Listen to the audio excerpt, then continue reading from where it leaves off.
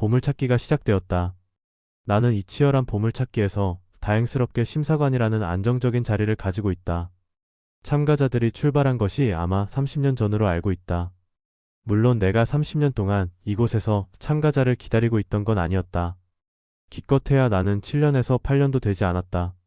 그럼에도 나는 지금의 자리가 약간 지루했다. 선임 심사관들은 어떻게 몇십 년을 기다리고 있었는지 놀라울 따름이다.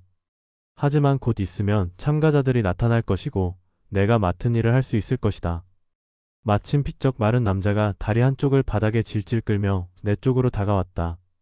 남자는 뼈마디로 간신히 움직이는 왼손을 들어 올리고는 찾았습니다. 이게 맞아요. 다른 건 아니에요. 라고 말했다. 남자는 내 입에서 그건 보물이 아닌데요. 라는 말이 나오지 않기를 바라는 간절한 눈빛을 쏘아 보냈다. 나는 남자의 손에 붙들린 무언가를 유심히 살폈다. 내가 모르는 것이다. 혹시 내가 잘 못 본 것일지도 모르니까 나는 남자의 손에 붙들린 무언가를 더 살펴봤다. 역시 내가 모르는 것이다. 그러나 내가 모르는 것이라고 해도 보물이 아닌 건 아니다. 그건 알 수가 없다. 일단 더 오랫동안 살펴봐야 하고 나보다 더 뛰어난 심사관에게 부탁하거나 그것도 아니면 더 상급 기관의 정밀한 검사를 의뢰를 해야 했다. 남자는 최소한 대단한 보물은 아니지만요. 30년만큼의 가치는 되는 것 같습니다. 라는 말을 듣기 원하는 것 같았지만 내가 이 자리에 있는 이상 지금 당장의 사실을 말해야 했다. 수고하셨습니다. 가져오신 건 이곳에 두고 편하게 쉬세요. 남자는 나의 말에 잠시 머뭇거리다가 고개를 끄덕이고 어딘가로 사라졌다. 남자의 입장에서는 내 말이 애매하게 들릴지 모르겠지만 나는 말 그대로 사실을 말한 것이다.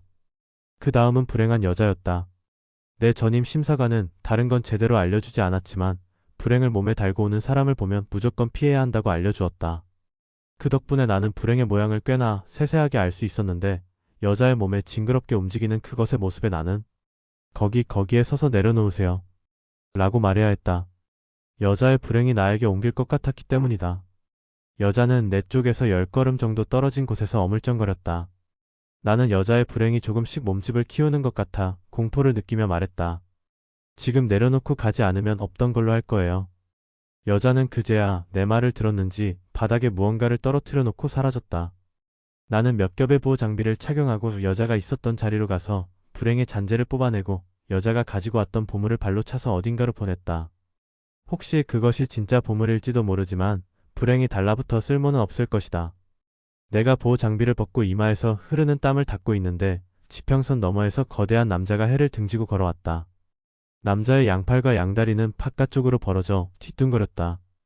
남자는 무거운 오른팔을 천천히 들어 그겨 라며 말하는 도중에도 비오듯이 땀을 흘렸다. 남자는 땀을 너무 흘려 지쳐버렸는지 자신이 서 있던 자리에서 그대로 주저앉았다. 남자가 앉은 그 자리가 방금 불행을 뽑아냈던 자리라 나는 내심 불안한 마음을 감추지 못하고 콩닥거렸다. 불행과 땀이 만나면 어떻게 되는 거지? 내가 숨을 들이켜는 것만으로도 옮겨 붙게 되는 성질로 변하는 거 아니야? 라며 불안해했지만 앞에 있는 거대한 남자는 나의 불안함을 알아차리지 못한 것 같았다. 오로지 자기 상태에 집중하고 있었다. 갑자기 혼자 중얼거리기도 하고 먼 곳을 응시했다가 내 눈을 빤히 보기도 하고 자기 몸에서 나는 냄새를 맡는 것 같다가 어디선가 흘러들어오는 풀냄새에 집중하는 것 같았다. 그러나 나는 남자가 어떤 것에 집중하고 있는지 정확히 알지 못했다. 나는 그저 보이는 대로 거대한 남자의 움직임을 보며 남자의 생각을 추측하는 것뿐이다. 거대한 남자의 머릿속에는 어떤 것이 있는지 모른다.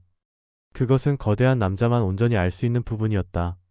나는 일단 거대한 남자가 가지고 온 보물의 상태를 확인해야 했지만 마침 멀리서 천천히 몸을 끌고 오는 노인의 발걸음을 계산하고 오래 걸린다면 나중에 하세요.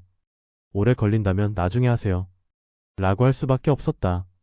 거대한 남자는 자기 머리를 긁으며 고개를 들었다. 그리고 남자는 그겨 라고 말하며 눈가에 맺힌 땀 때문에 눈을 연속으로 깜빡거렸다. 애처롭게 땀을 흘리는 남자의 모습을 봐주고 싶지만 온몸이 검게 탄 노인이 날카로운 눈초리로 나를 쳐다보는 바람에 그냥 넘길 수밖에 없었다. 나는 노인을 향해 손바닥을 뻗어 여기 주세요.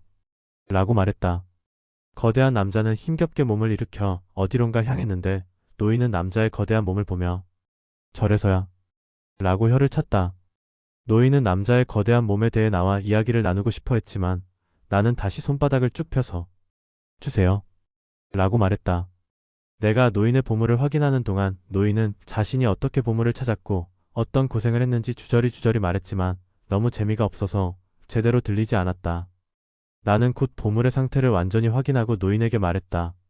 이건 보물이 아닌데요. 옳은 보물에 대한 건 종류가 무수히 많아서 나도 정확히 알 수 없지만 틀린 보물에 대해서는 정확히 알 수 있었다. 내가 심사관이 되기 위해 지겹도록 훈련한 것이 틀린 보물을 알아보는 것이다. 노인의 손에 있는 덩어리는 틀린 보물이다. 그것만은 확실하다. 그게 내가 이 자리에 있는 이유고 내가 훈련한 이유다. 그러나 노인은 내 말을 받아들이기 힘든 것 같았다. 그는 잠시 나를 뚫어지게 보다가 검은 동굴 같은 입을 벌려 온몸이 떨리도록 소리를 질렀다. 나는 양 손가락으로 내 귀를 막고 그건 보물이 아니에요. 그건 보물이 아니에요. 그건 보물이 아니에요. 라고 3번 정도 말한 후에 자리에서 떠났다.